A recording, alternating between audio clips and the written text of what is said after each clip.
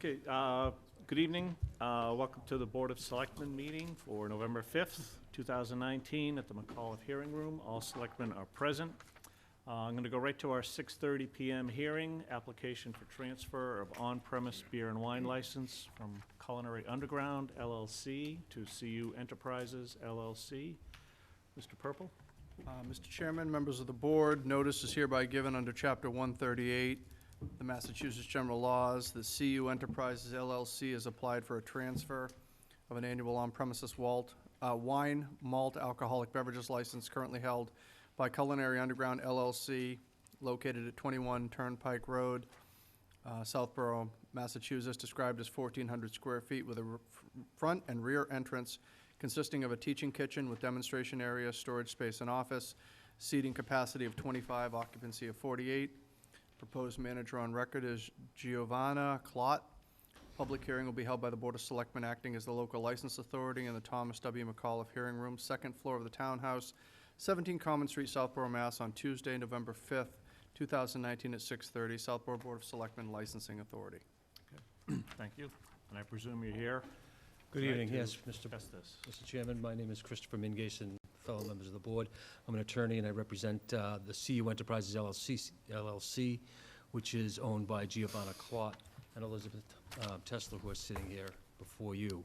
An all-woman-owned business. They're looking to purchase the CU LLC that's presently existing there. The current owner, Lori Linebeck, is leaving, and these folks have been working there for the past several years and are looking to purchase the business as well as have a license transfer.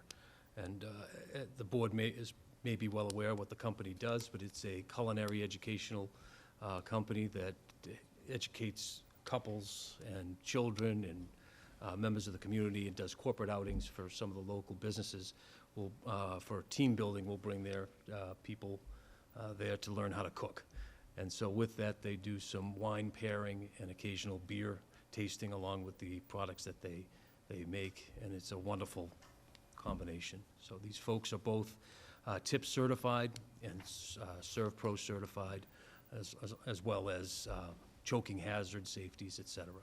So these two folks are well equipped to take over the ongoing operations of Culinary Underground, as it's known. Thank you very much. I'll open it up to questions from the board. Anybody? Ms. Braccio. Thank you. I would just like to welcome you, and I'd like to say I think it's wonderful that the business is staying in town and 2 employees of the business are actually taking it over, so I congratulate you for that, as well as being female business owners, of course. So again, I think this is great, and I'm glad that it is staying in town and that you are still being involved in a larger way. So thank you. Other questions, comments? Mr. Healy. No, nothing other than good luck. Congratulations. Mr. Stivers.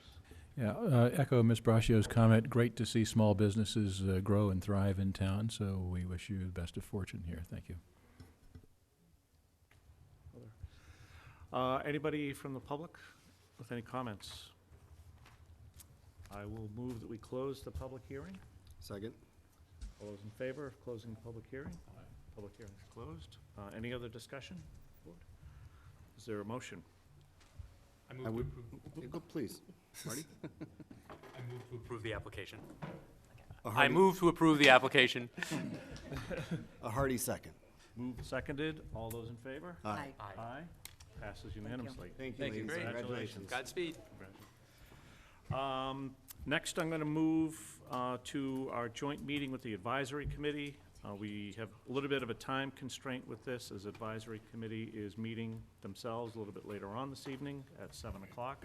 So what time do you want to go until, like 9:45, 10 of? 15 minutes should do it. Okay, all right. So I'm going to turn it over to Kathy Cook at this point. And Justin.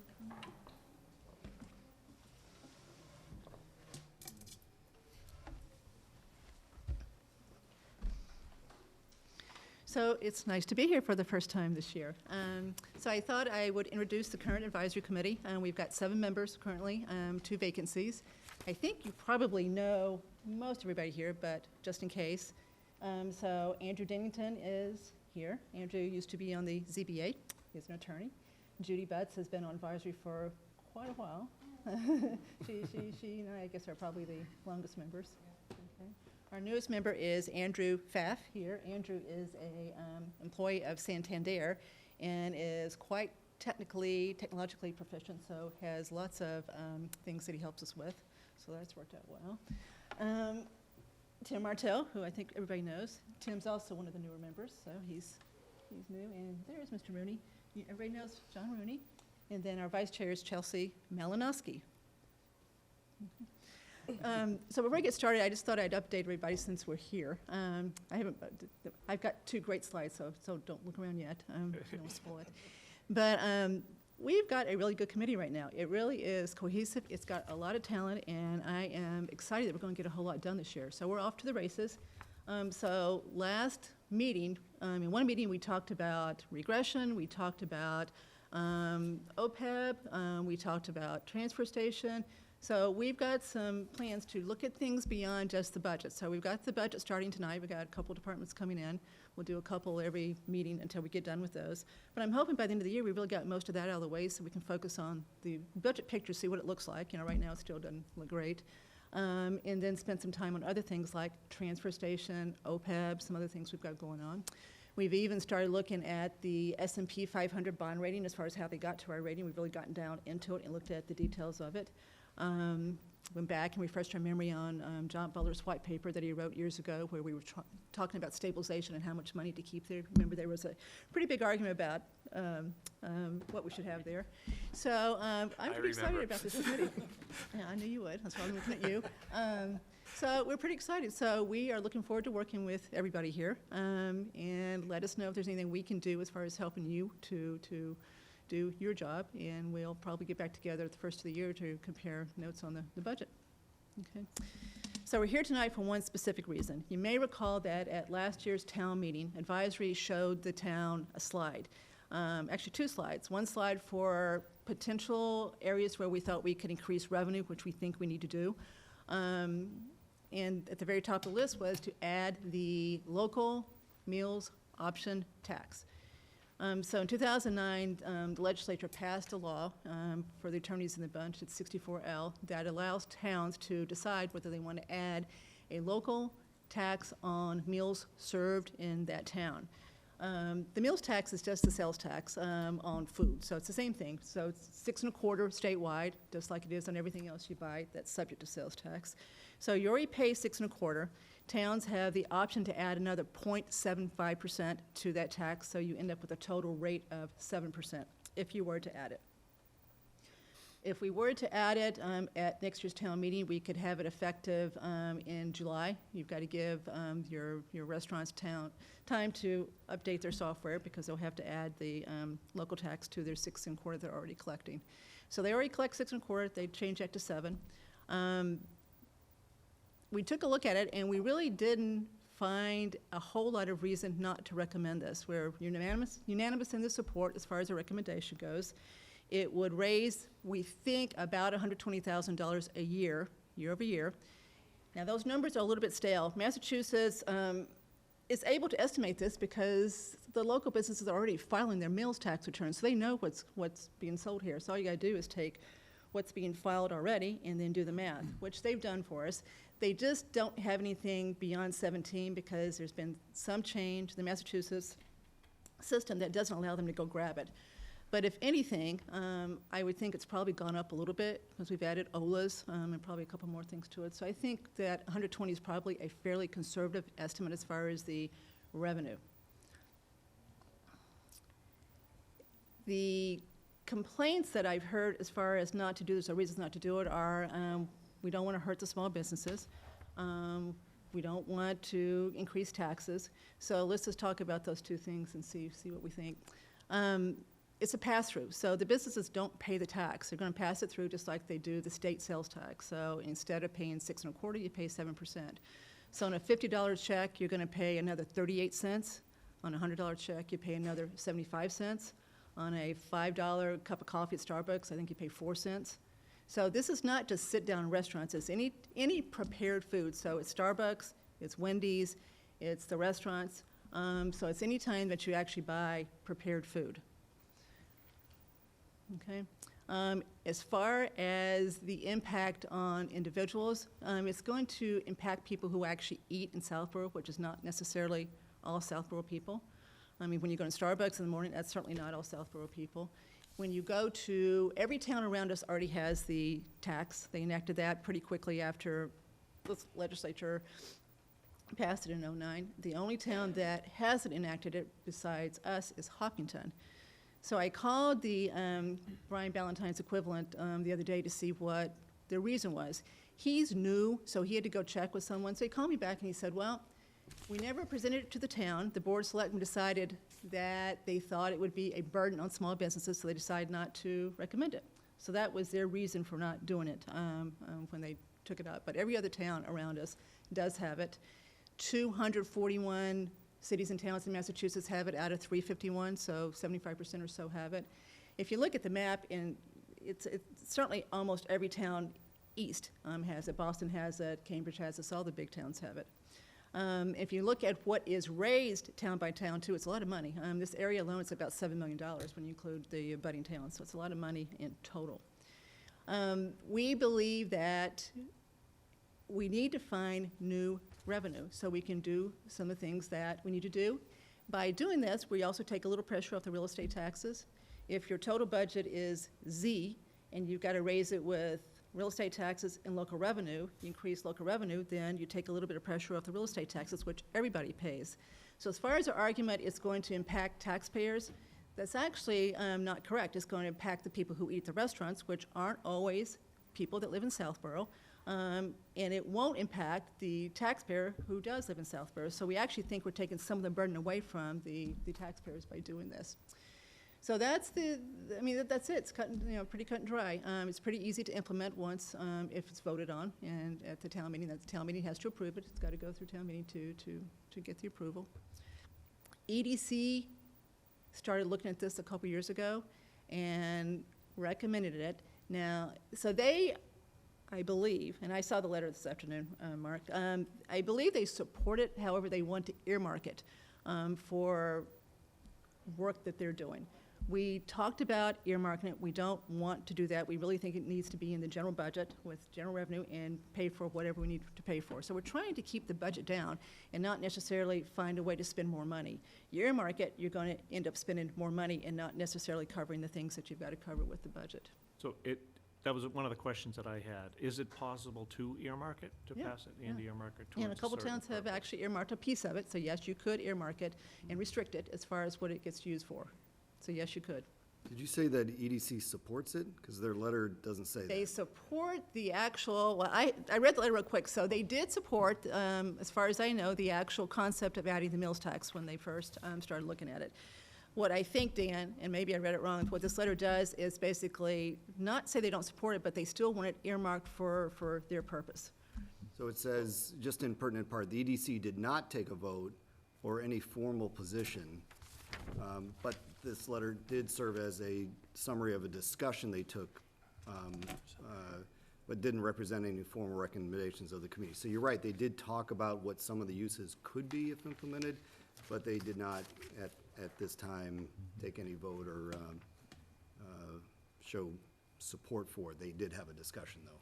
Yeah, I did attend a couple of those meetings where they discussed that and where they, again, did not vote, but there was a strong consensus that it would not be particularly harmful to small businesses, and particularly they were interested in the earmarking process. I think the support was conditional that we support it if it's earmarked for EDC activity. So the point wasn't that it's a burden or whatever on the businesses, simply it's a way to generate money that they saw as being appropriate going to EDC, as Marlborough, I think, does as well. So, but the concept was that small business would not be particularly harmed by it, as it is a pass-through kind of thing.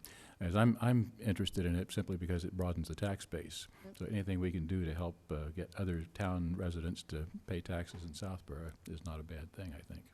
And to make sure we've got all the facts that you need to decide what you think, there is a pending bill, Senate 16, what is it, Andrew, 1607 or something, that would double the tax. You don't have to adopt it double. You can still adopt 0.75, or you could double it and adopt 1.5. That's going to be the two choices if it passes, one or the other.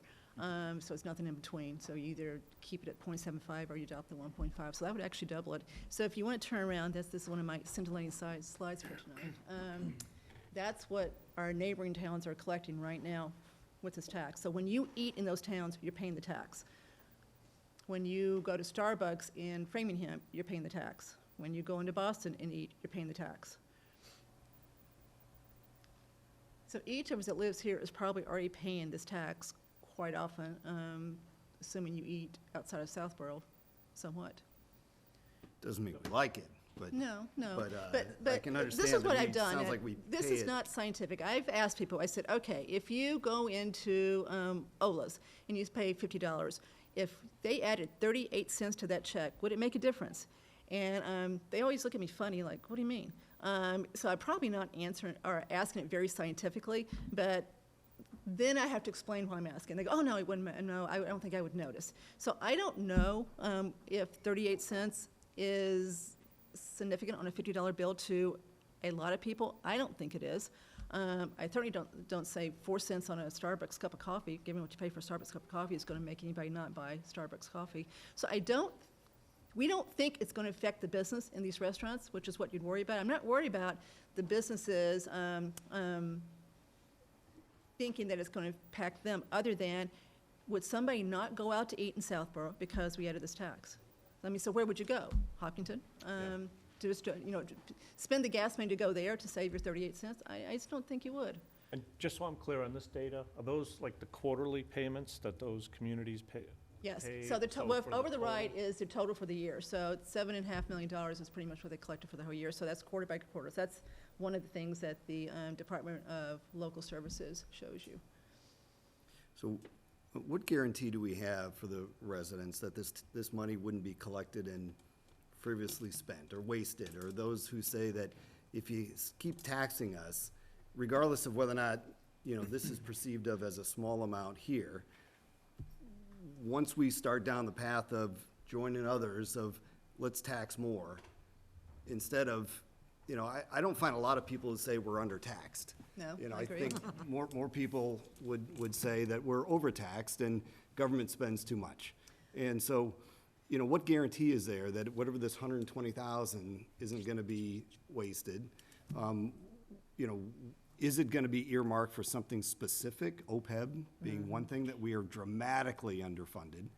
And if it goes into a general fund, I mean, I think we do a great job on, as first and foremost town residents who vote for the budget, but then as advisory and boards and making sure that we have a very frugal budget. We keep adding this to it, then someone's gonna come up at another meeting and say, I got a great idea. Those who have landscaping services, everyone who uses landscaping services, 0.75 extra.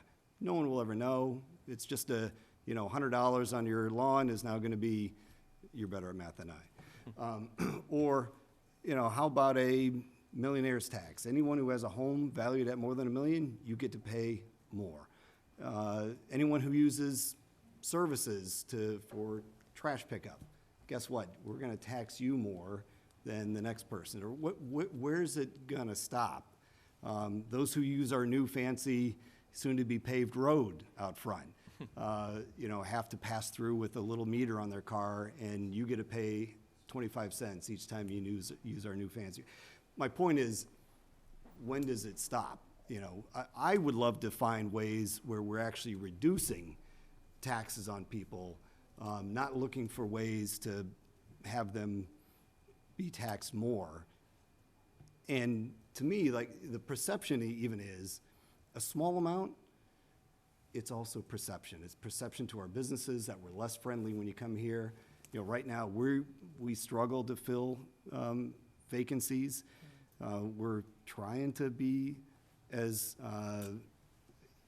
friendly to businesses as we can, including those restaurants. I know it's a small amount, but I'm not convinced yet that we as a town wouldn't just take it in and who knows where it goes. And then, what kind of perception are we giving to our businesses? I don't know how many businesses you've spoken with about this. I don't know that if any are here tonight, if they were informed that this is gonna be a discussion. point for tonight and what input they have. I've spoken to a handful I think is 4, none of which supported this. And could they implement it? Sure. But would they rather not have to do it, and would they rather not see their costs go up, and then that goes to, passes on to the consumer? Yes, they would rather, from what I see, they would rather not see that. So if there was a dramatic reason why we are so either fiscally irresponsible or we just can't balance our budget like we've done every single year, then, let's look at a variety of taxes on anyone and everyone who uses different services in town.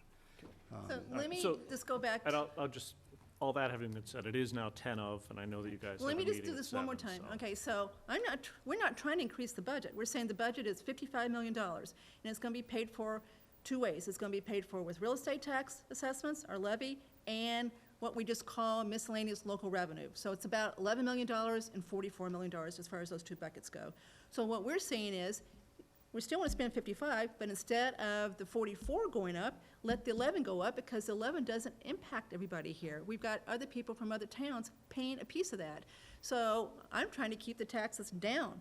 Real estate taxes that go up affect everybody. This is not going to affect everybody. So this is a way to truly transfer some of the tax burden to others that don't live here. We're already subsidizing them in their town, so now we're asking them to subsidize us in our town. Kathy, So I'm not trying to. 2 quick things.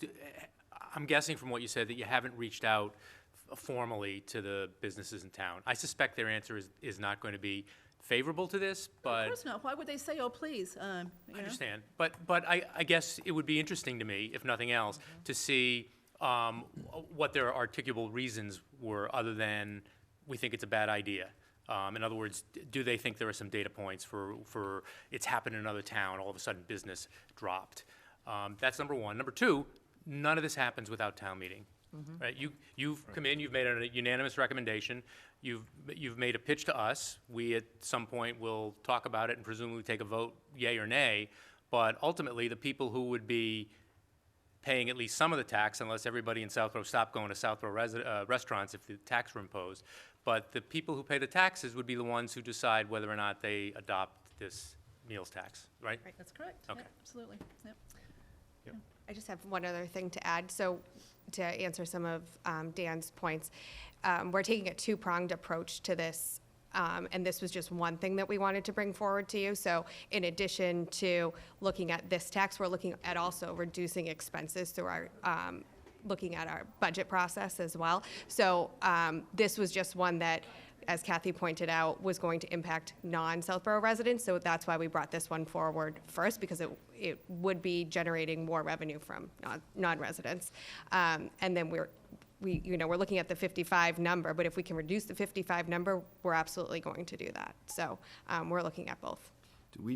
I know we're limited on time, but you said it won't affect Southborough residents, but it won't affect them in proportion to is that what you mean? No, I don't think we know the breakdown of Southborough residents versus That would be non-Southborough. good to know, because I bet I don't know you if we those can who, get that go to I don't know how we would do that. Dunkin' Donuts without every day. I know, I wish- At You know, Starbucks and every you're- day and seeing who's if there, we're- so I don't know how we do that. Yeah. I mean, we just all know when you go into Tomaso's, when you go to Starbucks, that's not all Southborough people there. I mean, it's just a fact. I just don't know what percentage is not Southborough.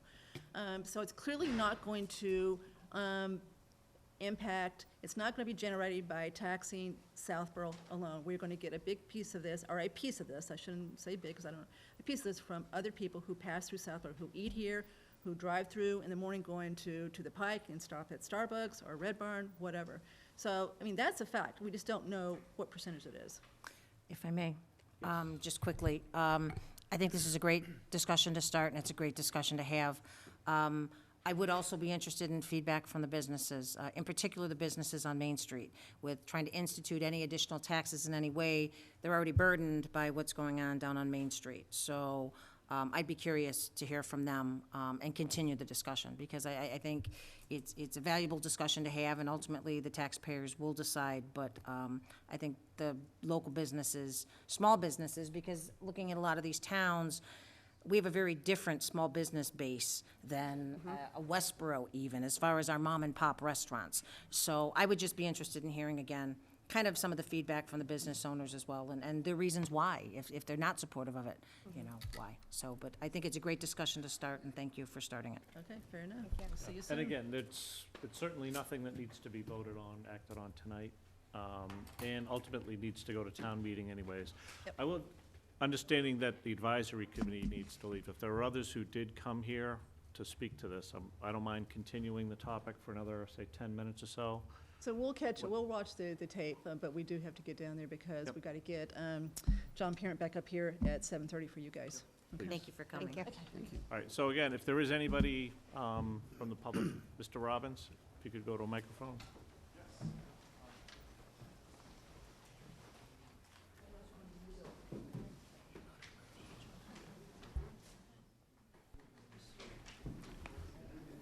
I'm Chris Robbins.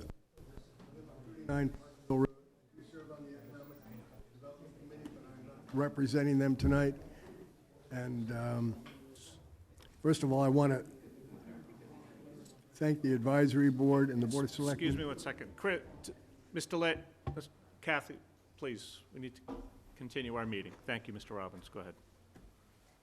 No, I just want to say thank you to the board. Of all the things that the board does and the advisory board accomplishes is the rigorous review of our budget.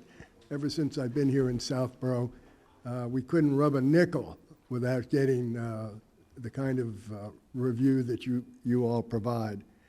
What I'd like to say is that I have visited 5 of the restaurants, and I just want to respond to Mr. Stivers. I have no recollection of the Economic Development Committee saying this is a tax that would be okay for us. Maybe it's in the minutes, but I don't have a recollection that there was a rigorous discussion about it. I'm personally against the tax. I always find it interesting. We all talk about bringing in more money versus how can we do more with less money. And I think the example on the police station and fire station saving $3 million, it's that kind of rigor that can sustain us in the long term and working together as a series of committees. So the restaurants that I did visit were adamantly against the tax. I've also visited, most of us probably don't know, there's a Massachusetts Restaurant Association right in Westboro. I met with them, they're against it. And here are a couple of reasons. One, rocketing costs. Now everybody says, well, everybody has rocketing costs, but we have a booming economy, and I'll just give you an example. I was talking to Bill at anybody buy pizza from that new pizza place called Zumi? Down in Corderville? Yeah. Yeah. He says, Chris, we've got to get him here. He couldn't make it tonight. He says, I buy, one of my differentiating factors is I get the dough from Italy. I got to pay for tariffs for that dough to come in here so I can differentiate myself. So that costs me money. It means my margin is less because I can't get the premium price to cover the cost of the dough. The other piece of it is California. I get my lettuce from California. They just had major floods. The prices go through the roof. When we think about a tax, it's a Mickey Mouse tax, it's pennies. The reality is that cuts right into the margin of the people who are trying to make a living when their costs are going through the roof. In terms of competition, the restaurant industry is experiencing the tightest labor market in history. The unemployment is down to almost nothing, and the scarcity of workers is tough to find. And so the tightest labor market in history, where no restaurant is operating at full capacity due to the competition from alternative food services such as food trucks, grocery stores, meal home delivery services, and the fast food eateries. Adding a new meals tax will simply add to the burden in sustaining their business and more difficult in keeping customers. The customer is going to pay for this. I don't know if you've noticed, if you go to buy a drink at Kennedy's restaurant, it's $10. Some people are paying $5 to $10 for $5 for a cup of coffee. My wife and I split meals. The costs are getting prohibitive, and the association said the market is softening for the restaurant industry. So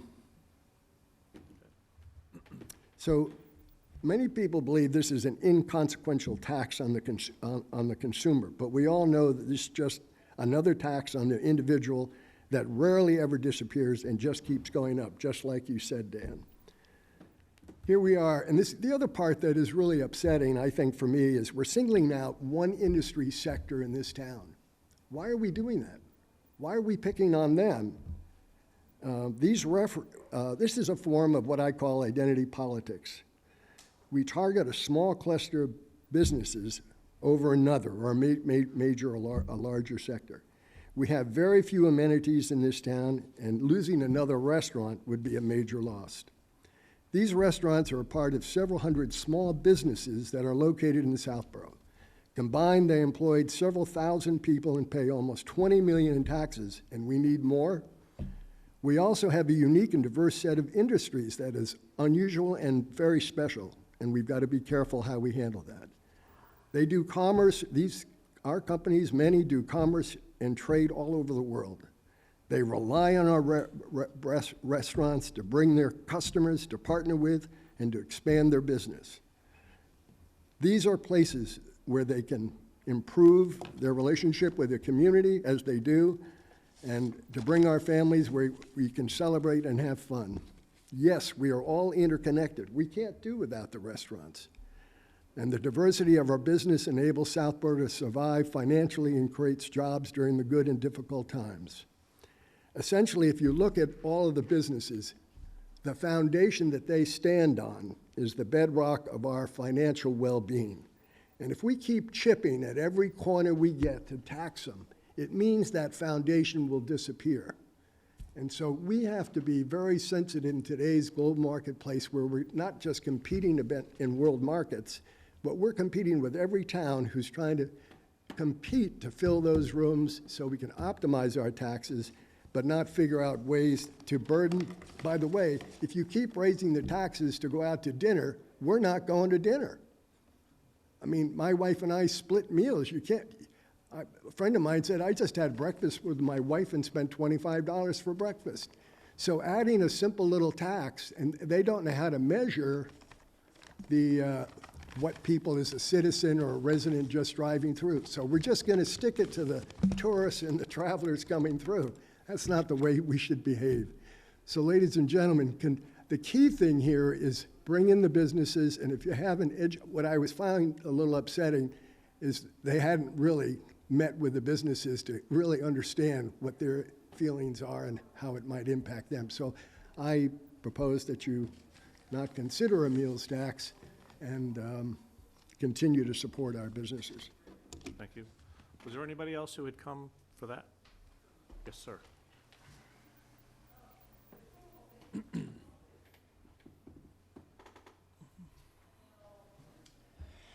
Hello, I'm Kevin Gill with Owen O'Leary's Restaurants.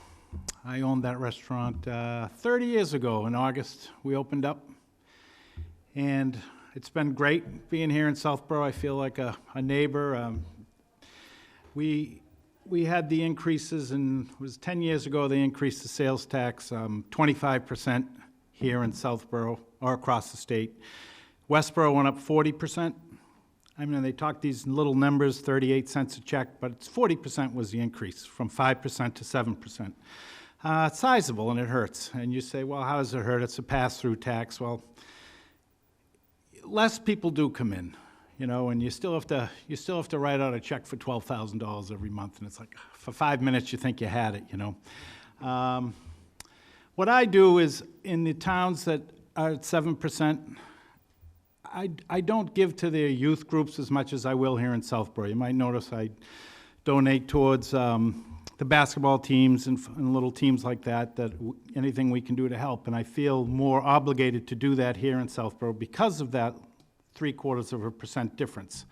You don't charge me, so I say I got to give back somehow. Is it the amount of money you would have got? I'm not sure. Is it more? I'm not sure either. But I feel like the restaurant business is under assault here in Massachusetts. I really do. You know, the minimum wage is going up 33% over a 5-year period. It's just, we're being pushed off a cliff, and thank God I'm near retirement, because my 2 kids would not come into the business with me, as I begged and pleaded with them, and they said, don't want to work like you, Dad. 90 to 100 hours a week is a little much. I think it would hurt it might hurt business a little bit. Business is down a little. Interior of the restaurant, we're doing a lot more to go now. I think people are afraid to, it's just more money when they come in. They got to give the tip and everything else. And so we're noticing less income for our servers, because even though our sales are maintaining, there are less people eating inside the restaurant. It's a trend that's going on right now. I do think the tax would hurt, and that's my opinion. Okay, thank you. Thank you very Thank you, much. sir. That was very helpful. Yeah. Good information. Thank you for coming in. Thank you. Anybody else? Anything? Great. Yeah. Just, I had skipped over public comment earlier, just so we can get right to our hearing. Anybody for public comment? No? Next, Council on Aging. No? Oh, that's right. Well, I'm sorry. Council on Aging, we're gonna wait 1 second. Mr. Parent is gonna join us as well to participate in the discussion. I'd overlooked that, that's my fault. So I'm gonna move on to a couple of other business items, and we'll come back to Council on Aging afterwards. Town Administrator's report. Thank you, Mr. Chairman. Just a couple of quick items. I do want to mention the Board of Health, just a couple of quick items. The Board of Health is holding their flu clinic again this year, Wednesday, November 20th, from 10 a.m. to 12:30 p.m. For seniors and town employees, and then from 2 to 4 p.m. residents ages 12 and up and town employees, so long as we have enough vaccine until the vaccine runs out. And that's at the Senior Center, 9 Corderville Road. The Board of Health asks that you bring your insurance cards, wear short sleeves. It's a lot easier than trying to take your shirt off to get your shot. They will have high-dose flu vaccine, senior strength, available for people 65 and older. So I wanted to make sure that we're aware of that. The only other item I had, because I know there's some items that the chair is going to cover, I'll defer to him on that. I do want to make a note and recognize Michelle Jenkins, the Assistant Town Clerk. Today was her last day with us. She's been here since January 1st, 2010. Mr. Hagerty's predecessor, Paul Berry, you may remember him, brought her in to help out during an election, and there was a vacancy, and she came in to try and help and do what needed doing. Quickly got herself assimilated, into the office, and then was made a permanent employee shortly thereafter. So she's been with us for almost 10 years. Her expertise with all things in the clerk's office, with the regulations, statutes, and ethics especially, has been invaluable, and really have appreciated her. I've known Michelle since my time in Framingham in 2000, so it's great to see her, to get her own, her own shop, her own clerk's office. She's going to be the new clerk in the town of Maynard. She starts in 13 hours. So we had just a little bagels and coffee for her this morning. She is one of the rare employees that I think touches every town board or committee, because every town board or committee member has to go to the clerk's office and do your ethics and get sworn in and that. So she does get to have that benefit, or we have the benefit of being able to go and work with Michelle on that. So I just wanted to make a note. I wish her the best. She's very professional in what she does and how she does, and I know she's gonna be excellent. And as she said to me on the way out the door today, she says, "You never know how these paths cross." She says, so maybe one day, we'll end up, in the same place again. So I wish her well. That's all I have. Very good. Thank you. A couple things that I just... Mr. Chair, I just want to quickly add on. I mean, Yeah, go she's great. Excellent. She has been an outstanding town employee. I think she was also the interim town clerk for a period of time. Do I have that correct? That's correct. Yeah. So she ran the shop for a while. It was seamless. She, as you said, she's professional. in all that she does, and also personable. So that's a combination you don't always get. That is a high-tempo job, and every single time I've gone in need of something, there's always a smile. There's always, she comes ready with the answer, to the question asked, and just, again, personable, professional. She is going to absolutely be missed in the town of Southborough. She's going to do great things where she's going, but she's one, someone else will come along, but Michelle will never be replaced. Well said. Well said. A couple things that I wanted to point out during my reports. First, big thank you to all who had a role in planning for the grand opening for the public safety building a couple weeks ago. That was a great, great day, great event. It was a very much a historic day, a historic moment in our town's history, and I think the planning and the efforts that went into it were very commensurate with the day itself. And I know Mark, Vanessa, John Parent played key roles in that. Jason Malinowski and everyone on the public safety planning committee as well. I want to thank Chief Paulus, Chief Achilles, and all the members of their departments who were there throughout the whole day. I've received nothing but positive feedback from everybody in the community on that day. I also want to thank Southborough Access Media for being there to record the whole thing, so that is available to for all to see in the days to come moving forward. So, and I know that Southborough Access Media had also done recorded another private tour with the chiefs as well, which is available for all to see. For those who weren't able to make the grand opening, there's plenty of opportunities to see the building. Just want to remind everybody, upcoming Monday, we have the Veterans Day observance at 11 o'clock. It's normal for a member of our board to speak at that ceremony. If there are members that would like, Ms. Braccio, if you would I would. honor us with I would, saying thank a few you. words that day, we would all appreciate that. Thank you. Next, just want to remind everybody of office hours next Tuesday. I will not be there, so it's a time for folks to come out and meet with the people who will be there. Who is there? Who is there next time? I'm there, and Marty is Yeah, I scheduled. think I the two believe of it's you. you and Sam. Oh, okay. So, So if a lot of people are there, it's because of me. It's not because of me. I think I've had one so far in office hours, so.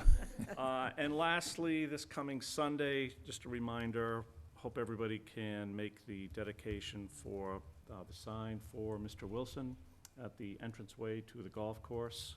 That's at 11 o'clock? Correct. Sunday morning? Yes. Hope everybody can make it, and hope everybody brings their golf clubs as well and gets in around after we have the dedication. That's all that I have. Is that on the chair, or? Thank you, Brian. Yeah, well, if it's, it's less than the $50 that folks can receive. You can pay for my round, I don't All think. right, all right. I Other have- members with I have reports. nothing, thanks. I do, thank you. I would just like to let everybody know that the board was happy to sponsor a volunteer breakfast for all of the volunteers, but unfortunately, it was scheduled for this coming Friday. Unfortunately, there's been a lot of conflicts, so we've actually moved it to Friday the 13th, from 7 to 8:30. Same time, same place. It just gives more people the opportunity to be able to come. So be looking for your new invitations for that. Also, I just wanted to briefly thank Chief Paulus and Officer Landry for giving an escort to Staff Sergeant Chartier as he came through Southborough on his 90-mile march to bring awareness to veterans' issues, PTSD, and suicide. I had the pleasure, along with Dave Hagan and my son, of walking with him border to border through Southborough on his trek to Boston. He made it there yesterday afternoon, so thank you to Officer Landry for his graciousness in giving us the escort, so we didn't run into any issues on Route 9. Also, the Master Plan Visioning Forum is Thursday the 7th, 6:30 to 8:30 at Trottier. And also the training for ethics, it's open to the public as well. run by the clerk's office, is going to be tomorrow night from 6 to 8. So if anybody's interested in learning more about ethics, then please, you're welcome to come. Thank you.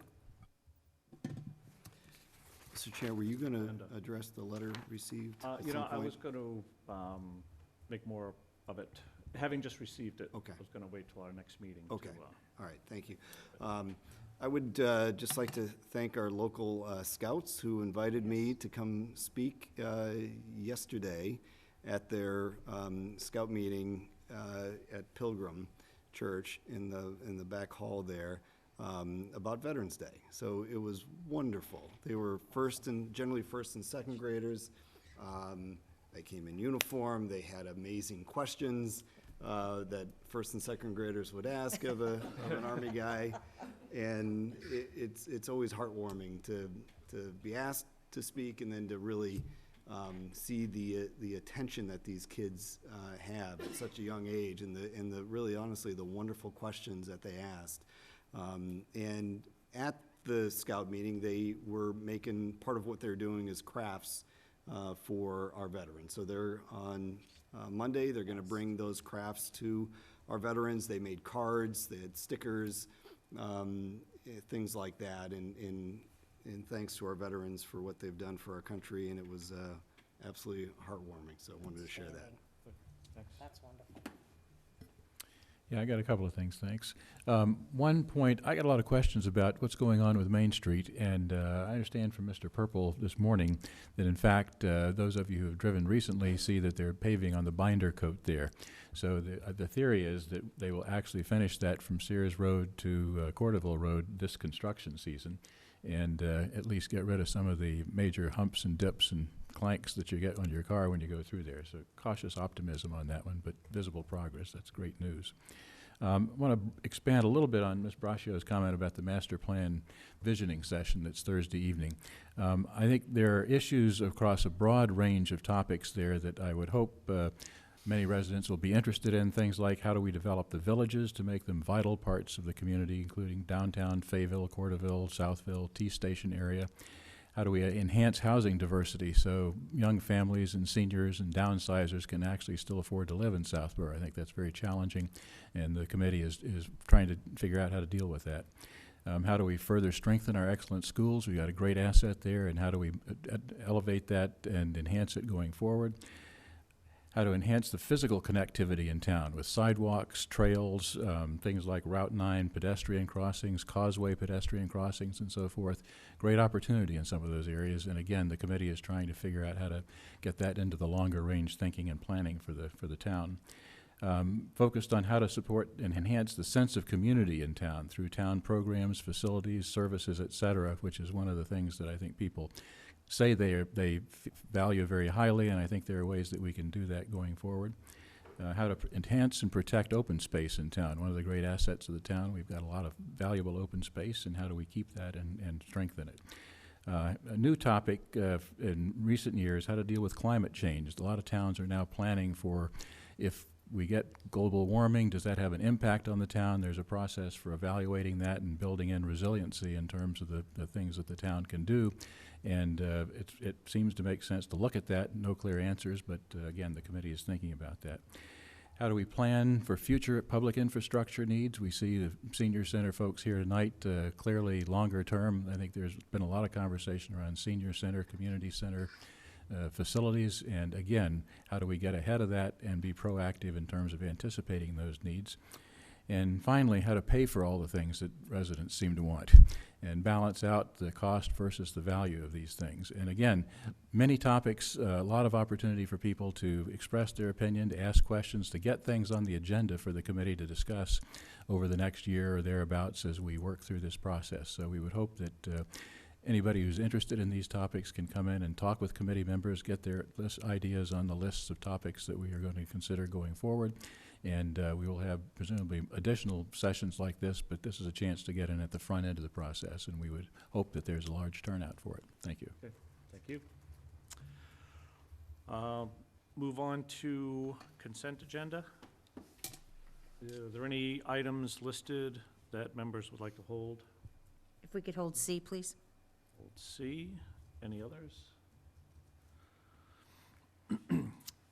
All right, I will make a motion then to approve items A, approval of regular session minutes, October 15th, October 22, 2019, one-day beer and wine license application, Beer Mobile for RX Advance Event, 11/13, appointment of Public Safety Building Naming Committee, approval of shared refuse recycling containers for Townhouse and Pilgrim Church, accept donation of $52,036 from the New England Center for Children as pilot, appoint Town Clerk James Hegarty as Ethics Liaison, term 6/30/20. Is there a second? Second. All those in favor? Aye. Aye. And would also just like to specifically recognize and thank New England Center for Children for the pilot payment. It's very much appreciated and recognized. Item C, Ms. Braccio. Yes, I just wanted to take a second and to thank Ms. Koziel for the time and dedication that she did by serving on this committee, and it's unfortunate that it didn't work with her schedule to be able to continue, but I just wanted to, on behalf of the board, thank her for stepping forward. It's always a time-consuming and never easy thing to do, and we do appreciate the time that she did give to the town, so thank you. With that, is there a motion? I would reluctantly move that we accept the resignation of Diane Koziel from the Southborough Scholarship Committee. I'll second. Moved, seconded. All those in favor? Aye. Aye. And with thanks for all her years of service. Other matters properly before the board. The first two items that I have listed here, the evaluation of SME designation for town council position and the approval of SME designation list. So the policy that we had voted on and acted on at our last, was it our last meeting? Whatever it was. Seems like it was. It was Long time. it was later 3 weeks, than it was I- 3 weeks long ago. time It's- ago. later than I- The policy recommended that one of the positions that not be granted SME status was town council. And a previous board, and it predates the current town council as well, but the previous town council and past board, for whatever reason, had made the determination that town council ought to be a special municipal employee. We have reached out to Mr. Cipriano, who has sent correspondence to our board specifically requesting that that status be rescinded for his position. It's in keeping with our policy. So I wanted to evaluate that and see if the board was in concurrence with rescinding that status for the town council position. I would move that we rescind the SME status for the town council position. Second. Moved, seconded. Any other discussion? Just that it makes perfect sense. I mean, agree. I have no idea why a previous board did it, but I can surmise that I could see a situation, obviously it's not the situation we have now, but I could see a situation where a town would employ a town council who's a member of a multifaceted firm, and that firm does work that might appear in front of another board. I'm not sure that that would be enough to sway my view on whether or not town council should be a position that is not included in our special municipal employee, but I suspect maybe it was something like that. That being said, I'm glad to see that Mr. Cipriano endorses the approach that we adopted at our last meeting, and I think it makes an awful lot of sense to rescind that designation. Okay. I agree. So the motion was made, seconded. All those in favor? Aye. Passes unanimously. Also, again, consistent with the policy that we recently enacted, we are required to submit a current list of SMEs to the town clerk and the State Ethics Commission. Knowing that we had recently added the EDC to the list at our last meeting, I asked Mr. Purple to compile the list as it stands right now so we can take that action, be consistent with our policy, and put this list in the hands of the town clerk and also State Ethics Commission. Obviously, moving forward, we can continue to evaluate this, but this list is as it stands right now. I will move that we approve the list as compiled with one edit to remove the bullet for town council based on the action that we just took on item A. Second. Move seconded. Any other discussion? Just one quick point. I would hope, well, I would be interested in the spring, summer, when we relook at this list. I'd be interested in why, if there's any way to go back and find out why some of these in the past were designated the way they were, and see if, again, maybe if that needs to be updated, but I'm fine with the list as it is today. Yep. Thank you. No, I agree with that completely. I think, you know, a lot of the people that are listed here were designated as SMEs prior to anybody at this table, sitting at Yep. this table. So, you know, again, even if, yes, I think it makes sense to go back and try and look at why, but even reaching out to the current membership of these groups now, and does it make Yep. sense to, you know, asking them the pointed question, does it make sense to continue with that designation? And certainly think that we can have that discussion concurrent with Absolutely. board committee reappointments as we had discussed during our talks on the, But short term, it makes sense to get consistent with the situation that it stands now. so Correct. It's helpful, yep. correct. That, again, that was my only point in just getting the list compiled and put before us tonight, Okay. so. And I would just, sort of the flip side of that, and that is, I think there are a number, at least my view, there are a number of boards and committees that should be special municipal employees, just because they are, you know, thankfully, they're volunteers who put in their time, and they shouldn't be burdened with what I see as an unnecessary burden, that if they have a particular occupation or business that would cause them to apply for a license in front of another board, that they can't do that because they chose to volunteer for the town. So I think it makes sense to take a look at an awful lot of our boards and committees and unburden our volunteers from a provision that they really shouldn't have to worry about. No, Perfect. agree, and I think by adopting that policy, that was, Nana, I mean, that was another step that we need to take into consideration as we do the committee and board reappointments in the spring. So an extra step, but one that ultimately I think is beneficial for us as a whole. Mr. Chairman, just one other point, more towards what Mrs. Braccio was talking about. I think that it is interesting if you go back and take a look at what the town clerk provided the board as well as what town council provided, and most of it was duplication, is that a lot of these previous lists of designation focused on the person and not the position, and in some cases, the filings that went in simply listed the people and their address. Didn't say where they were, what boards and everything in that, so the reasoning that it may have been done may have been more the person than the position, whereas now, these designations are to the position rather than the person. So, you know, it will be interesting if we're able to have some determination to find out how these came to be and what the rationale was for them, which may help to color the discussions a little bit when we talk about whether we want to continue with those designations. All right. So with that, all those in favor of the designation list as amended? Aye. Aye. Aye. Passes unanimously. So I'll send that to the clerk as well as pass along to ethics. Please. Sure. And lastly, under other matters, discussion of pilot meetings with private schools. So, Mr. Healy, do you want to? That was me rolling my eyes. Yeah. Everyone might remember that, 4 months ago now, we took a step that seemed to make an awful lot of sense, which was to designate Mr. Shea, the chair, and myself, the vice chair, to engage with the various institutions in town who are nonprofit and fall under the possibility of pilot payments, as we just saw we got from the New England Center for Children. As I started to wander down that road to make contact, and I touched base with very nice conversations with folks at both the Faith School and St. Mark's. I started with them. Encountered some headwinds about whether or not we could proceed the way we had voted. And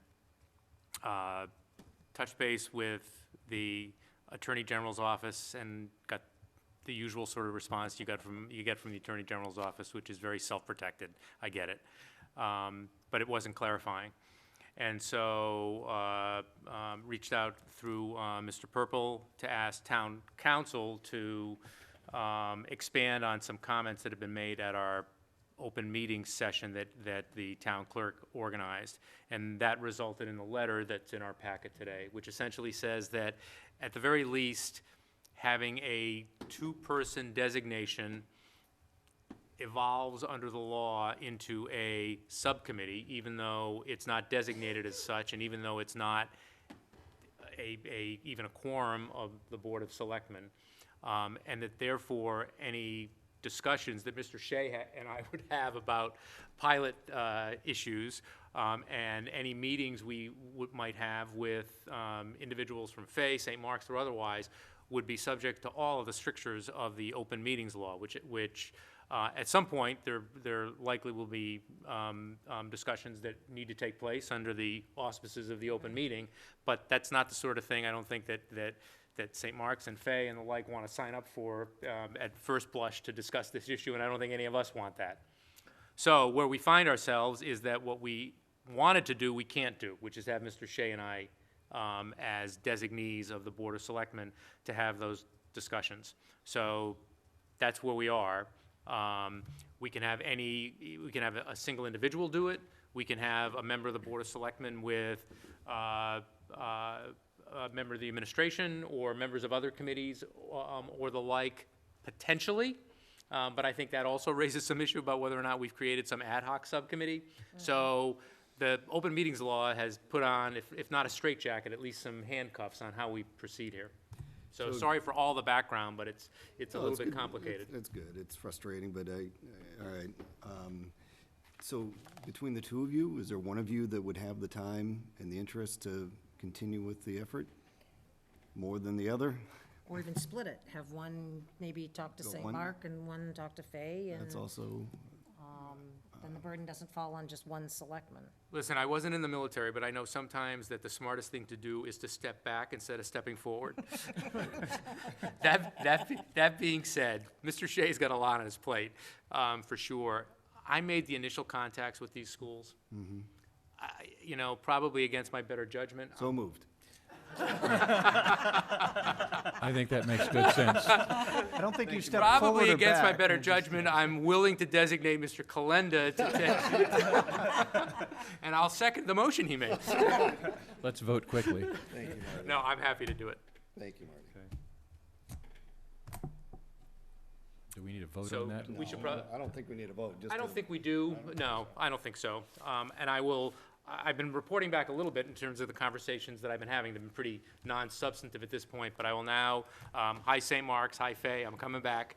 I'll reach out to as I said, the offices of the headmaster, the heads of school have been very cooperative, and I'll be back in touch with them in the next week or so. Is the plan to talk to other nonprofits as well as part of that process? I'm going to start off with Fay and St. Mark's, and I can't imagine that at some point I'm not going to touch base with everybody, but I'm going to start off with at least what I perceive to be the big two in town. But maybe NECC, just to keep them in the loop, maybe. Oh, I'll definitely have conversations with them if for no other reason than to thank them. Yeah. Yeah, exactly. Great, thank you. Thank you. With that, we will now go to Council on Aging for the update on the programs and building improvements. Oh, look at John. Perfect time. Look at that. Couldn't have been better. Yeah. What was it? He's with advisory, yeah.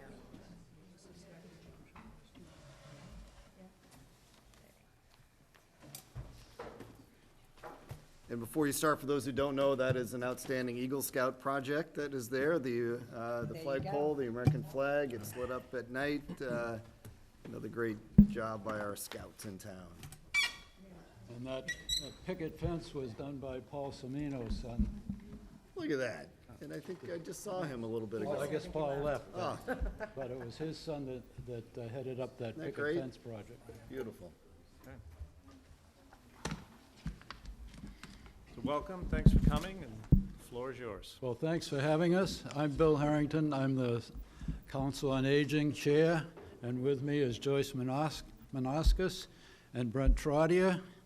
Also in support of our efforts are some members of the Council on Aging, as well as Pam's here, Pam LaFrancis, who's the director of the senior center.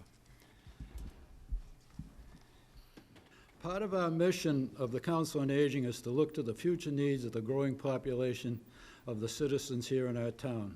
To that end, the council has proposed a renovation project which includes adding much-needed toilet facilities and a combined commons area activity room, which will provide for spacing for socializing, programs, and meetings. Here is a floor plan and a front elevation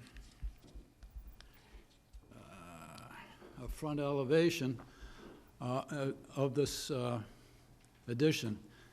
Can you go back, Brent? This is the, if you look at the view of the top view, this is the function hall. This is the main entrance here. As you go down the hall, you go into the kitchen. This area here would be an addition on the front of the building, which would be a commons area for socializing, so forth. There'd be a divider wall here, and then this would be an activity room that could be separated if we wanted to, or it could be a total room. Going down the hall by the nurse's office to the back of the building, this is where the existing toilet, single toilet is. There would be 4 toilets, 2 which are handicapped accessible. So that's what we're talking about when we're talking about our renovation project. By comparison to our Spartan facilities, here are some photographs of some of the accommodations provided citizens in other senior centers in our town area. So you can see some of them got some pretty classy looking facilities compared to what we have today. Funding for an architectural and engineering plans for our proposed renovations was approved by the 2018 annual town meeting, and these plans have recently been completed. Currently, the senior center offers a variety of exercise programs such as multiple level Tai Chi and yoga classes. It also offers nutrition demonstrations, legal seminars, social programs, and bus trips. The programming schedule encompasses programs for seniors of a wide variety of ages, interests, and abilities. Most classes and programs at the senior center are filled to capacity and often have waiting lists. Since we last addressed the board about 18 months ago, we have offered many additional wellness programs, increased our elder services, including the Caregiver Meals Program, Alzheimer's, and caregiver support groups. And we've also provided a wide variety of activities from themed lunches to bus trips and intergenerational activities, such as the much-enjoyed Trotter School Big Band performance. Thanks to the financial support of the town, which we really appreciate, as well as the continued genuine efforts of the Friends of the Council on Aging and several grants, the Senior Center has a wonderful opportunity of activities and services. We have been particularly fortunate to have the support of the philanthropic Southborough Community Fund, which is a division of the Foundation for Metro West Fund. This community fund has supported our caregiver program, the emergency fund program, and other projects that allow our citizens to remain in their homes. In order to provide additional programs without the need of additional staff and space, the Senior Center has instituted a couple of very innovative strategies. First, the Senior Center has created programs which are led by volunteers. The Trailblazers, the Dull Men's Club, which all you selectmen have had the joy of attending, the Bocce League, and the Raised Bed Garden Program are all led by volunteers in collaboration with the Senior Center staff. And by the way, much to the Southborough's credit, these programs have caught the interest of other senior centers in the area and are being emulated by some of them. The Trailblazers program was recognized nationally last year with an award from the National Council on Aging. We are creating efficient, effective programs that can be run by volunteers with minimal staff supervision, providing more activities without additional staffing and cost. We recently outlined these programs in a workshop at the Massachusetts Annual Council on Aging Conference. Secondly, the Senior Center also runs programs off-site when applicable. For instance, the CrossFit class is being held at the Pennant Fitness Facility on Southborough Road, and the volunteer luncheon at a local restaurant where the Senior Center expresses its appreciation for the efforts of our many volunteers. This strategy allows us program during the busiest time of the Senior Center without requiring additional programming space. And speaking of volunteers, we're always looking for volunteers of any ages to help.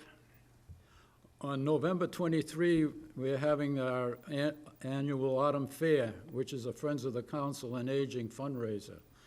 There are numerous volunteers contributing to the success of this event. It will feature many items which you all can't live without, and with some delicious homemade apple pies. Volunteers also serve as Meals on Wheels drivers, school teachers' aides, and mentors. The Council on Aging's goal is to support all our elder town residents, whether it be with recreational, educational, or health-related programming, nursing services, or the outreach assistance required to help seniors remain in their homes. We currently provide a range of services for residents from their late 50s to 101 years plus. Now I'd like to ask Joyce to pick up where I just left off and tell us. On a broader level, Massachusetts has made a commitment to become age-friendly, and part of that is becoming what the World Health Organization calls a livable community. They define livable community as a place that enables and engages residents of all ages, encouraging adults and children to enjoy, explore, and access the resources for staying involved with friends and neighbors, for learning and growing, for helping and being helped, and for interacting with their community in meaningful ways. A livable community provides the structures and services of which our senior center is one, to support residents' well-being and productivity and their participation in and contribution to the vibrant life of the community. The percentage of Southborough citizens aged 60 and over is projected to increase from the current 20.4% to 33% in the next 3 to 5 years. Our senior center needs to plan in an efficient manner for that 1/3 of our town's citizens with the resources necessary for their physical and emotional support. With the coming of the Aging in Place movement, social isolation is becoming a major health issue. Having a welcoming place to spend some quality time is essential. The renovations at the existing senior center are a must and a Council on Aging priority. Thank you. In the past 20 years, we have migrated from a small space in Fayville Hall to the office suite at 150 Carterville Road, and now to the Carterville Hall, which thus far has had 2 renovations, one in which we upgraded the main function hall space, and then one to remodel the kitchen. The Southborough Council on Aging continues to improve its facilities, enabling it to continue to provide the activities and vital services for our growing elder population. As the voice of the elders in town, we will continue to make the townspeople aware of our elders' concerns and needs. We are requesting today that you approve the improved toilet facilities, commons areas, and additional programming space. Now I'd like to, I would like to show you again what we're doing with our space.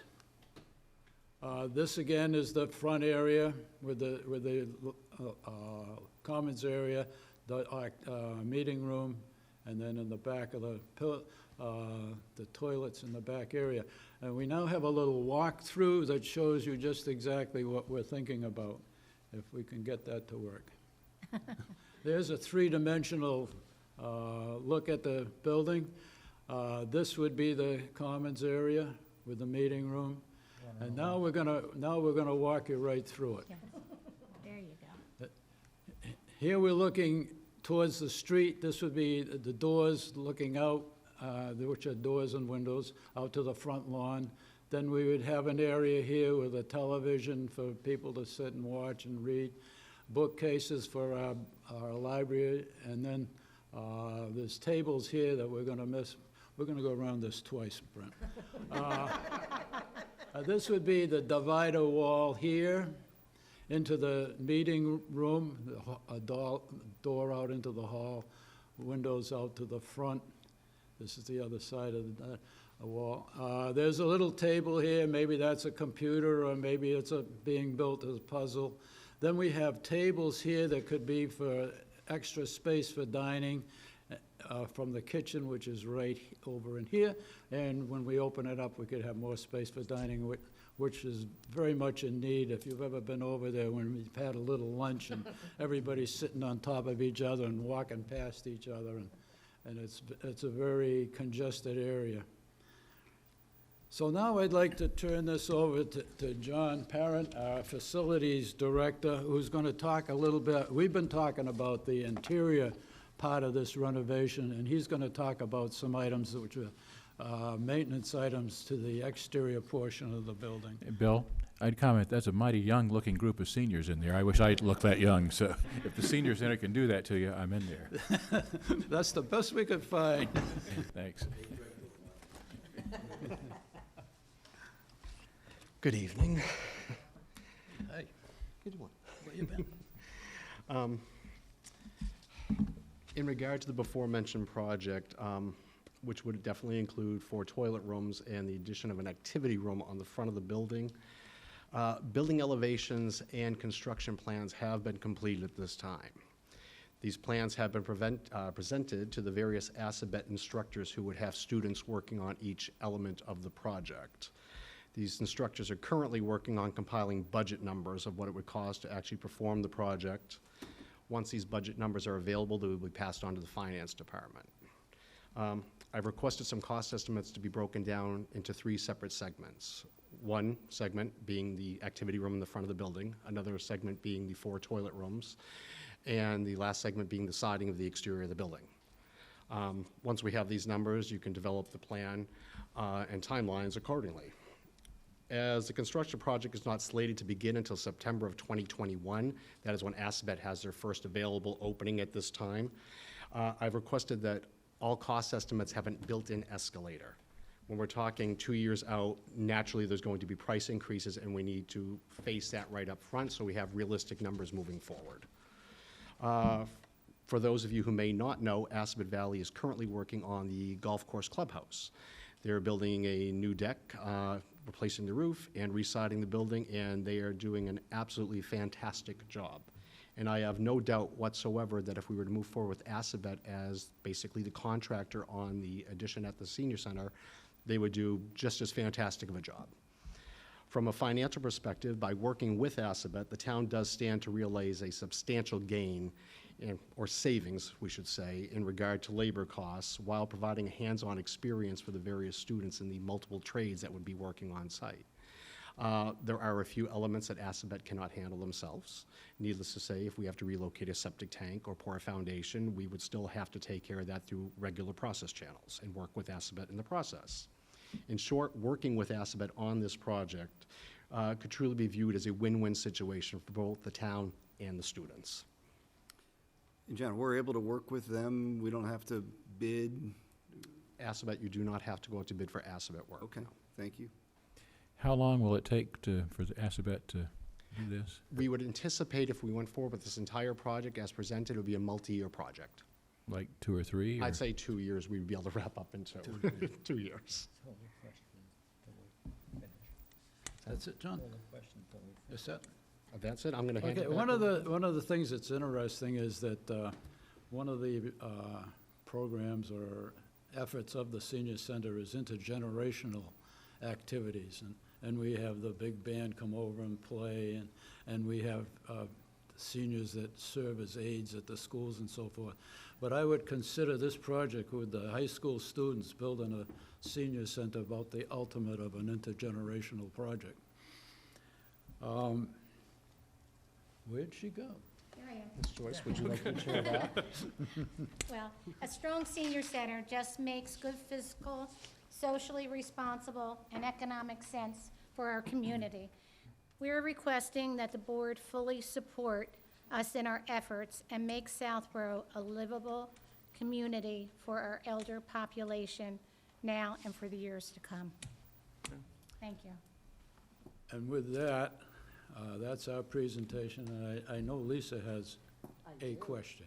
So, thank you very much. And I'm just going to make one point, and then I'll go to Ms. Braccio, and that is, you know, she showed the slide showing the history of the senior center. It was a flashback for me as well, as the person who stood in front of town meeting in, it was '03 or '04, when the town purchased the Corderville Road property, and, you know, and identified it as a location for seniors, but again, at the time, it was viewed almost as an interim and temporary measure, because we had worked with an architect to lay out a whole new facility, you know, a space that could utilize the land area there much more efficiently than what we're able to with the older house portion, and, you know, not able to access the second story of that house. So it's just amazing to me how you have made that facility work since 2004, and the improvements that we have made to it, and you certainly have done a lot with what was recognized even back in 2004 as what really ought to be an interim or temporary solution, and you're all to be commended for what you've done to make that, you know, your home since that time frame. So When you said flashback, I thought you were going to tell us when you attended the Fayville Hall Senior Center activities. Ms. Braccio. All right, thank you, and thank you for coming, and, you know, I can speak as someone that may not be at the senior age yet, but I do spend a lot of time at the senior center. It's a very welcoming place for not just our seniors, so I think that's a huge asset. I have a couple questions and a couple just brief comments. I know, Pam, if you wouldn't mind coming up, I think you could probably answer some of my questions, too. You need a microphone, so. And this is informational for myself, the board, and members of the community that may not be as familiar with the senior center and some of the things that go on there, and some of the demographics of it. So, and I think actually Joyce actually touched on briefly that what is the current, to the best of your knowledge, demographic of seniors in town as far as our population goes? Is it, I think Joyce, you said it was 24? 20.4. 20.4, I was close. Lisa, I actually took a look at the town census in preparation for tonight, and there are about 2,500 people in town with 60 or older, which is about 25% of the 10,000 and change we have, so an even bigger proportion, which is, It's growing, useful Okay. to and if you look at the reinforce. projection, So. 10 years from now, it's growing even more. So then, based on that, out of that demographic, do you have some level of comfort as to men versus women? As far as people using the senior Yes, center? people utilizing the senior It is center. about 35% men, the rest women, which Okay. isn't surprising, but I think we actually have more men than the average senior center coming to our place, Which is great. which is great. I think the pool tables are a draw in that area, seems to bring in more of the guys, but we try to offer a real variety of things that everybody would want to participate in, so. Wonderful. And Mr. Harrington briefly touched on this, but yeah, the men's group. currently, how much of your budget is salary versus actual programming? And based on that, how are your programs being funded? Our budget is primarily staffing, probably 90%. There's a small portion for administration, and then there is a portion that supports the programs. It's about $40,000, which is, greatly appreciated. But Yep. that's just part of what supports all the programs that we have. The Friends of the Council on Aging is at least an equal partner in that, if not more. And then we have some some state grant, and then we also have the Southborough Community Fund has been extremely supportive too. So it all comes together to support all the programs. So you've been fairly successful in funding the majority of the programs through the Friends and some of the grants and everything that you have. So I We've think that's been important. I think really that's fortunate to be important able to do for the that. public to be aware of that as well. How many different people access the senior center on either a given day or through the course of the year? Different people. We have probably, on an average day, when there's not a big event or a special event going on, there's probably 80, 95 people come through on a regular day. And then if you add special programs or seminars, classes, or special, parties or events. Oh. It definitely changes those numbers. On a yearly basis, the numbers that we capture are probably about 950 different people using the senior center. And we're not catching all of the numbers, so it's probably 10 to 20% higher than that. Okay, and the reason I ask that is because our census with our population was just over 10,000, and if what you can capture is 10% of the population is using the senior center, then it shows that it is being utilized. And again, I think that's an important factor in looking at what you're trying to do and, how it's actually being And used. it's not all parties and fitness classes and things like that. We have a nurses clinic and we have an outreach program that reaches, that they provide services for people that, need assistance, whether it's financial assistance or different support services. And, that's not something we talk about or, a lot. People see the other types of events, but a lot of people are taking advantage of those programs more and more. Those numbers are definitely moving up. There's more people, so there's a lot more need than there was a few years ago. We can just see it ramping up. Okay. If you had to venture a guess on how many total participants, and I get that a lot of people attend events, the same people out of that 950, but how many people in general would utilize programs, social services, nurse visits, and events? I mean, it's got to be a huge number if 10% are coming and if they take one class, but you probably have a bunch of seniors that are there that are taking multiple. The duplicated number, we have a computer system that compiles these numbers, and again, we don't capture everything. So there's a duplicated number of about 13,000. So that's counting how many times people come to different events. Okay, no, that's good. It gives a picture of, based on the building, it shows the traffic that's Right, coming some in. people come for one event, some people come every day, or they come to a lot of different events. So it depends on the individual, what they're looking for. And I have two more questions and then just a couple brief comments. So I'm going to put you on the spot on this one, but if you Great. could give me, say, 10 programs, trips, or events that the public may not be aware that the senior center actually does for the seniors. The SHINE program, it assists people that are transitioning onto Medicare, people that are retiring. She's a volunteer. She sees, I would say, I think last year's number was 130 different people. So it's one-on-one counseling for health insurance, anything, any questions about Medicare, Medicare HMO, all your options. That is where you get your answers to those questions. So a lot of people that are nearing retirement know about that, but I don't think other people are aware of that. And that's where you get the answers to those questions.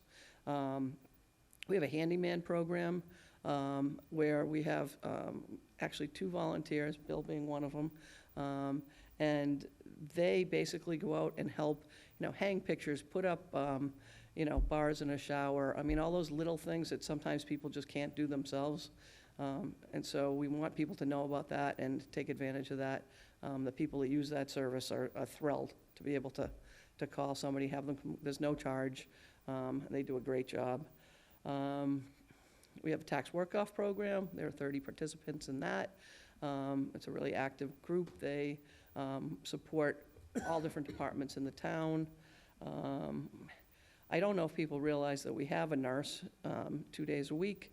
You don't have to have an appointment. She can handle, your kind of curiosity questions all the way down to, speaking to your doctor for you or assisting. If you have insurance issues, questions, prescription questions.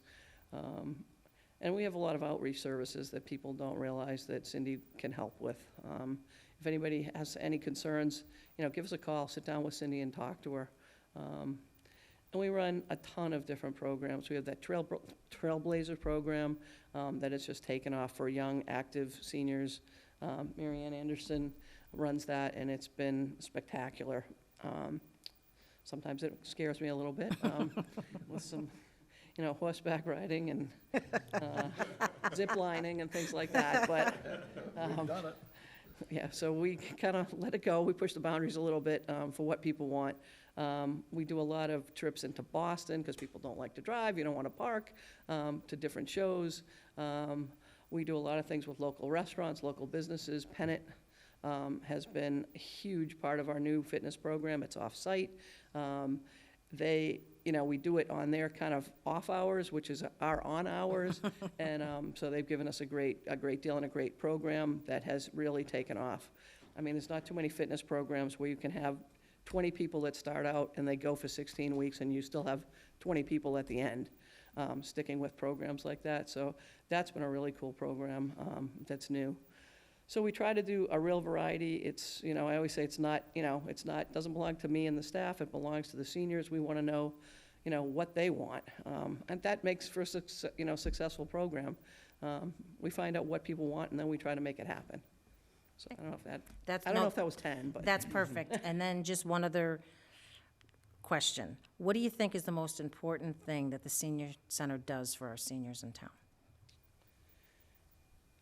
I think with the staff and the people, the seniors at the senior center, the staff and the building has always been kind of a really great, comfortable place where people walk in the door, they feel welcome there, and people connect. It's not intimidating. People make connections, and that's what it's all about, is connecting with other people, whether it be other seniors or the staff. We really make a huge effort to make that happen, and I think that's kind of been our claim to fame, is those connections, and that's what we want. We want people to be comfortable and find their niche and find what works for them, and if it's not there, tell us what it is. We'll see if we can figure it out. Perfect. I actually asked myself that question because I love, when I'm having a bad day, the senior center is my favorite place to go. Your happy And place. my answer to that question, the most important thing that I think you bring to the seniors is it gives them a place to belong. I think it's an opportunity for a lot of our seniors to get out of the house, to have a conversation, which is something that's so important, even in our own regular lives. We all need that. So I think that's important. I think that a lot of groups use the senior center as well. There's a lot of meetings that are held there, forums, events outside of, we held our care package drives when we did them for the troops there. I think a lot of people have used it, and it's kind of become a community space for everybody. So it's not just used for programs. And lastly, I will just speak to the bathroom shortage. That I have had the pleasure of being there on bingo days and days that there's lunch, and there is a line. It's amazing that you have one bathroom in a building that has that many people come through the door. So I think the bathroom is a tremendous, tremendous need that you have there. So again, thank you all for what you do for all of our seniors. Again, it's 10% of our population are using this building, which is key. The town's very supportive of recreation, of open space, and all things in town. And I think the town is also supportive of the seniors. And this is an opportunity for us as a town as well, that our seniors don't have kids, obviously, that go to school.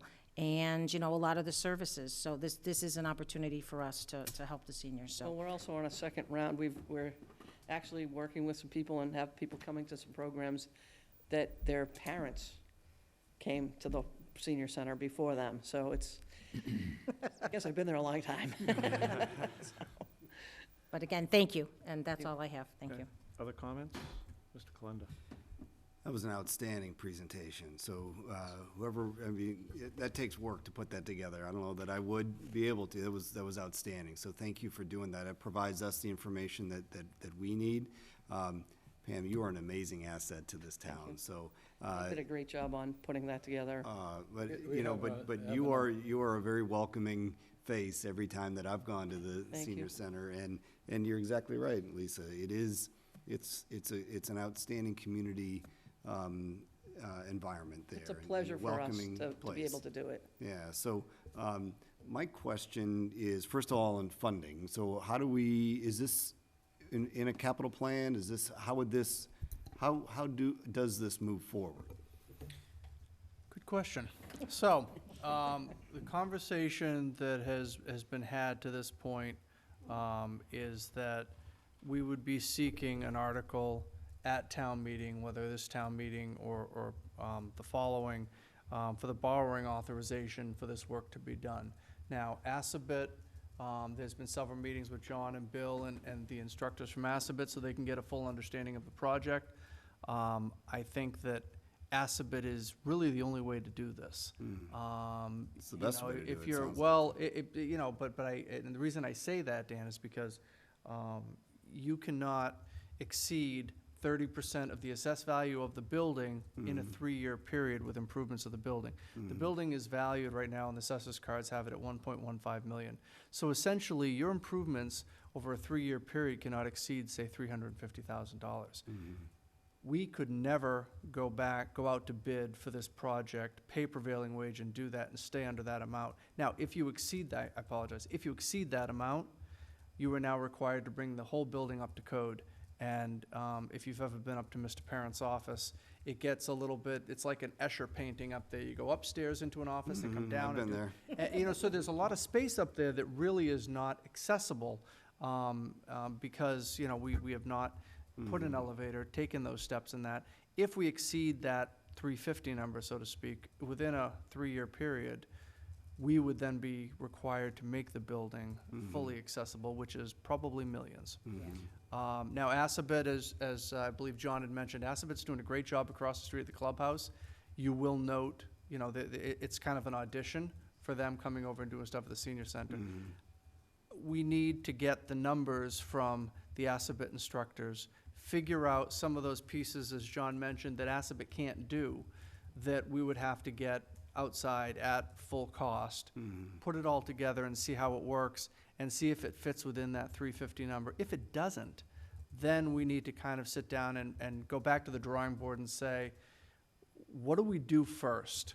And handle those pieces, and then, you know, maybe do another piece outside of that 3-year window. Okay. So I was going to ask, is this enough? Is the addition out front, is the additional facilities, is that enough?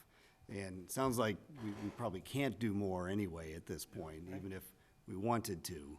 But I'll just say I'm fully supportive of the initiative, and would love to see if the numbers come in this year and we're able to get it on the May town warrant, so that if March, scratch that. You gotta put more Back to stickies up in May. your house, yeah. Or April, as it used to be.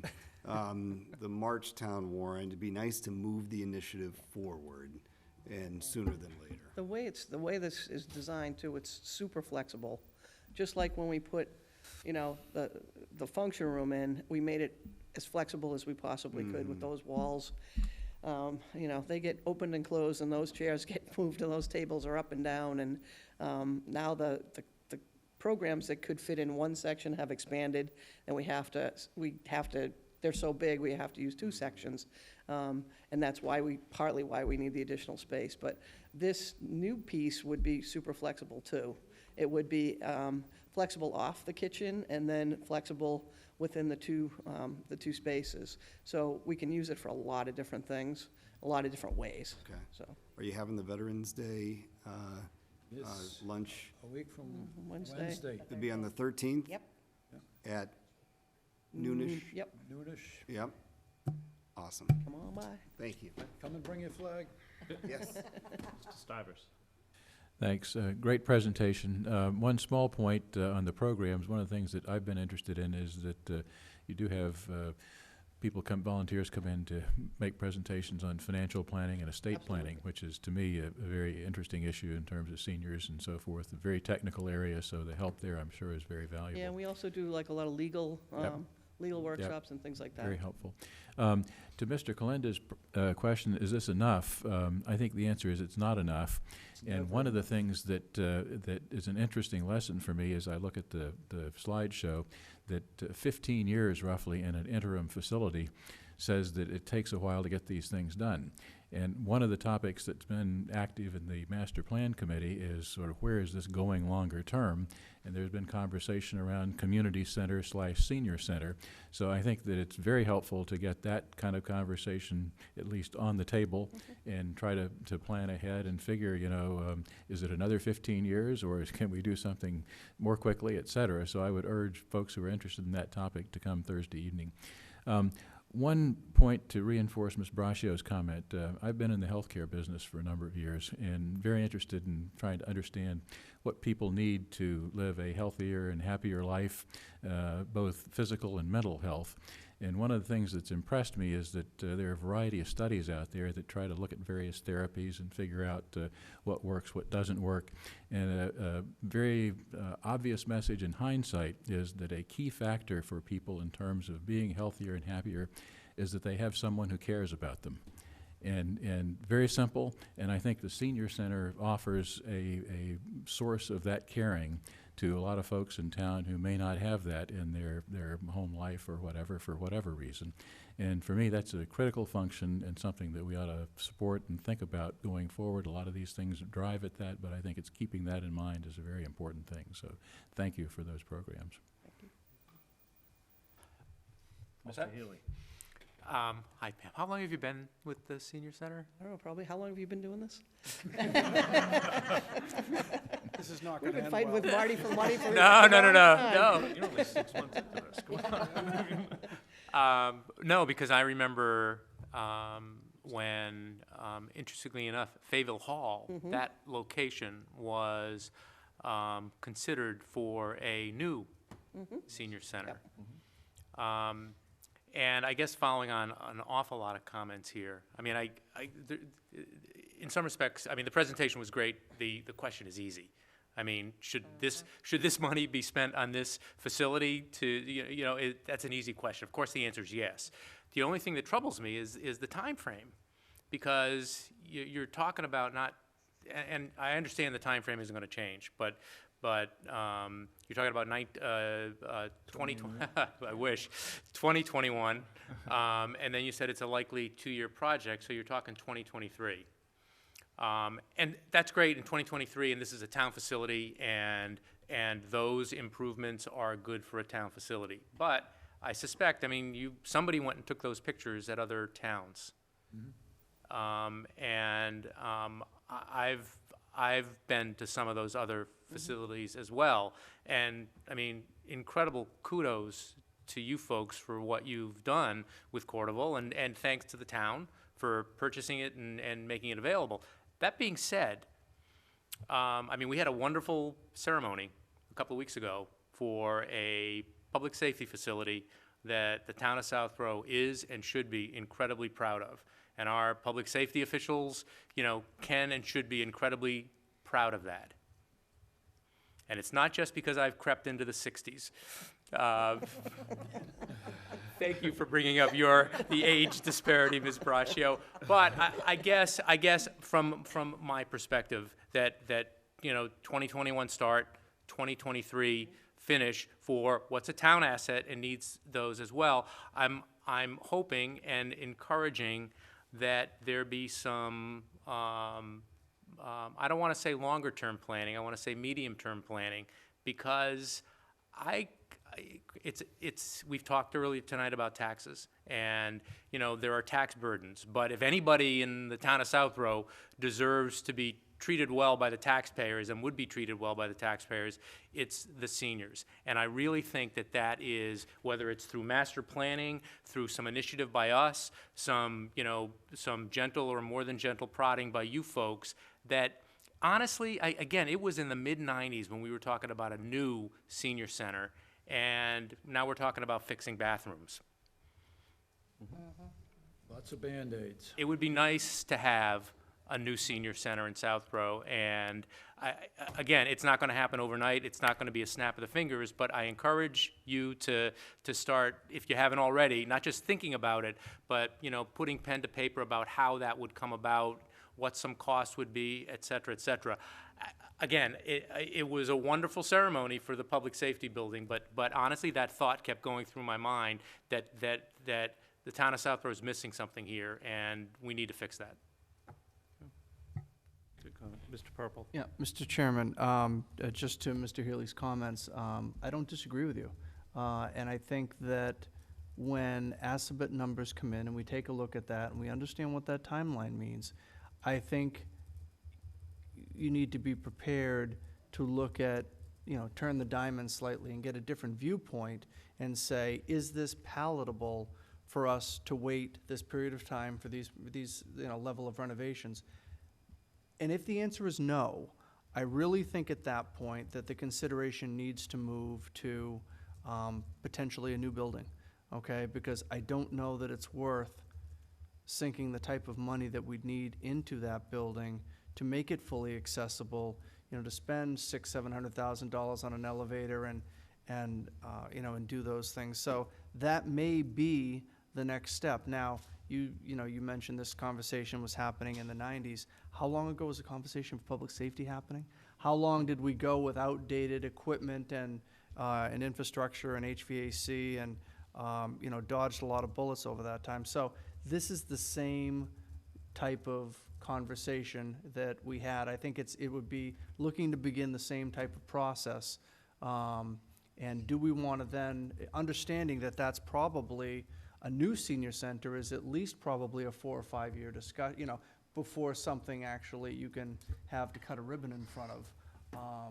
What is the interim plan in the current building to get us there? So I don't disagree with you.